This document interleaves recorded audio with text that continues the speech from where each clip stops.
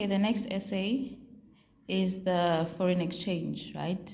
For the foreign exchange topic, right? So you may be asked to discuss about the reasons for international trade. We know that we have demand reasons and we have supply reasons. So you will have to discuss those reasons, right? So in your introduction, you should start by explaining what is international trade. By now, I'm assuming you know, Hore, international trade is the exchange of goods and services across many countries or across the border. Right. And then getting to the main part, we have supply and demand reasons. In supply and demand reasons, you just need to explain why are we trading internationally? Why are we buying and selling to and from other countries, right? In terms of demand reasons, we have 6 of them. We have the size of the population, we have the income levels, we have the wealth, we have preference and tastes, we have consumption patterns, and we have absolute and comparative advantage, right? So number one, we have the size of the population. How does the size of the population cause us to buy from other countries? Here we are saying as the size of the population increases, or if there's an increase in the population growth, right, there's going to be an increase in what? In demand, right? So people are going to demand more goods, right? And as a result, our local suppliers might not be able to satisfy this increased demand. So therefore, we might have to do what? Import. For example, maybe we have 100% of oil that needs to be produced in the country, but South Africa can only produce 70%, right? What is going to happen to the other 30%? The other 30% will have to be imported, right? And then there's income levels. How does income levels cause us to import? When there's an increase in income, right, or income per capita, people have more money to spend on what? To spend on local and international goods. The word international would mean we are going to have to import because there's been an increase in what? Affordability. And then we have increase in wealth. In terms of increase in wealth, we are saying when the wealth of an individual increases, when they have more access to loans and etc., right, they are going to demand luxury goods, right? And therefore, these luxury goods are usually produced in other countries. So therefore, we are going to have to import. Then we have preferences and tastes. We say that, remember that people's preferences are not the same, right? So if you prefer something that's in another country, as a country, since we cannot produce that product or we don't produce it, we will have to import. And we say that preferences and tastes, they play a role in determining what? Prices, right? So if you want a Cavella that's produced in China, I'm not sure where it is produced, right? So this means the Cavella will be more expensive in our country than in the country of its origin, right? So maybe in South Africa the Cavella might be 1,000, but in China where it's produced, the Cavella might be 500. You see, so preferences and tastes, they play a role in determination of prices. Then we have consumption patterns. Consumption patterns, we determine it based on the level of development. We usually say less developed countries, they actually demand more of basic goods, right?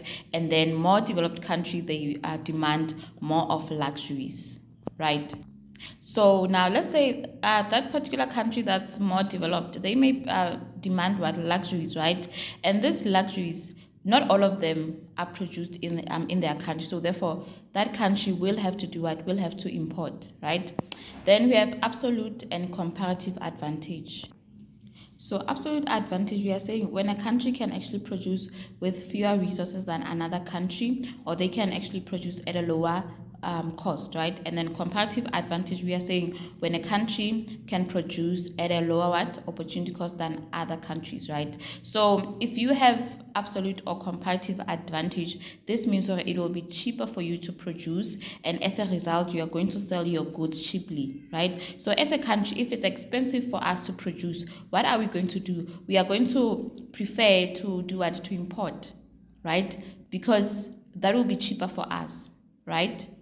Okay, so that's the demand reason for what? For international trade, right? Then we have the supply reason, right? So supply reasons, we look at number one, natural resources. And we say in terms of natural resources, they are not evenly distributed, meaning they are not equally distributed. And on the other hand, they are not the same in each and every country, right? They vary from country to country, right? So, and we can only exploit these natural resources where they exist. For example, since in South Africa we have gold, right? We may have to supply to other countries. We may have to export to other countries because they may not have the same quantity of gold, or they may not have gold at all, right? So that's why we may need to actually do what? Export. Right. Then we have labor resources. We are saying in terms of labor resources, the labor differs between countries in terms of quality, quantity, cost.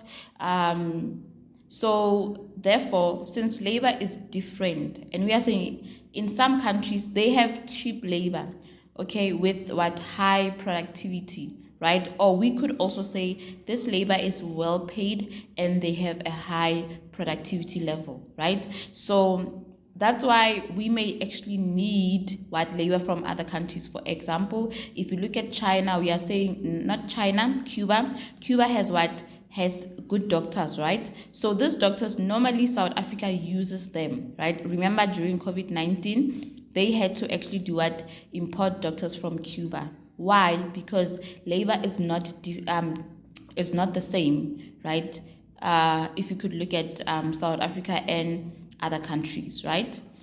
Okay, so therefore, because labor is not the same, we may have to do what?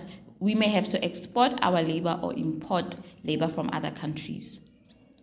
Then we have climatic condition. We are saying the climatic conditions are not the same in each country, right? In some countries, they have favorable climatic conditions that also enables them to produce at a lower cost, right? Or lower unit cost, right? So therefore, if we don't have a favorable climate to produce a certain good, what are we going to do? We are going to import, right? Or if our climate is favorable, we can export to other countries because they may not be able to produce it, or for them it may be expensive to produce it.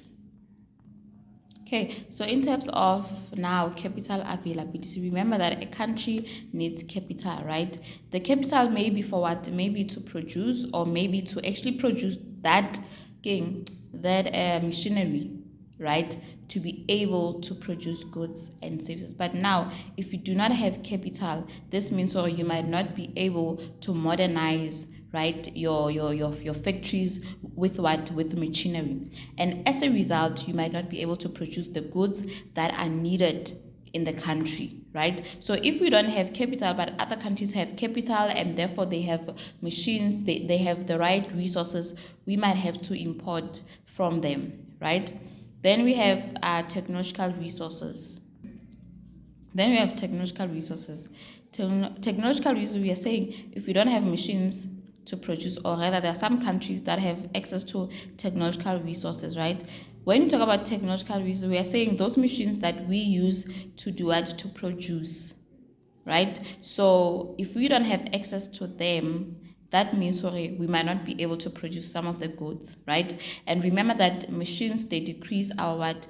They decrease our costs, right? So therefore, since we do not have what? Machines, we may have to import some of the goods because it may be cheaper to import than to actually produce those goods ourselves without the use of machines.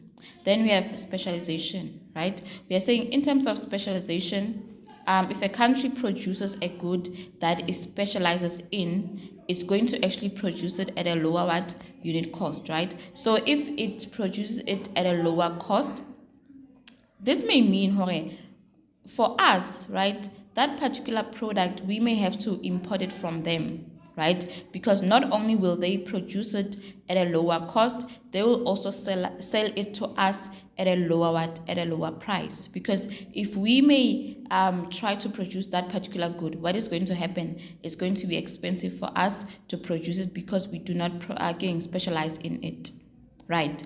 And then we have lack of entrepreneurship. In terms of lack of entrepreneurship, we are saying countries that have good entrepreneurial skills, they offer more goods than countries that do not. Remember that entrepreneurs are innovative, right? So as a result, since we may not have that more goods, right, or we may not have a certain product that's in another country, we may have to import it, right? For example, maybe an entrepreneur may come up with a new invention. Let's say, for example, a kettle, right? Let's pretend as if it's new, right? So this kettle, since it's in USA or it's in, for example, China, right? We may need this kettle. What are we going to do? We are going to import this kettle, right? Or maybe the entrepreneurs that are in China are producing more goods than what we have in South Africa. So since the goods that we have in South Africa, they do not meet they don't meet the demand. What are we going to do? We may have to actually import so that we may satisfy our demand in South Africa.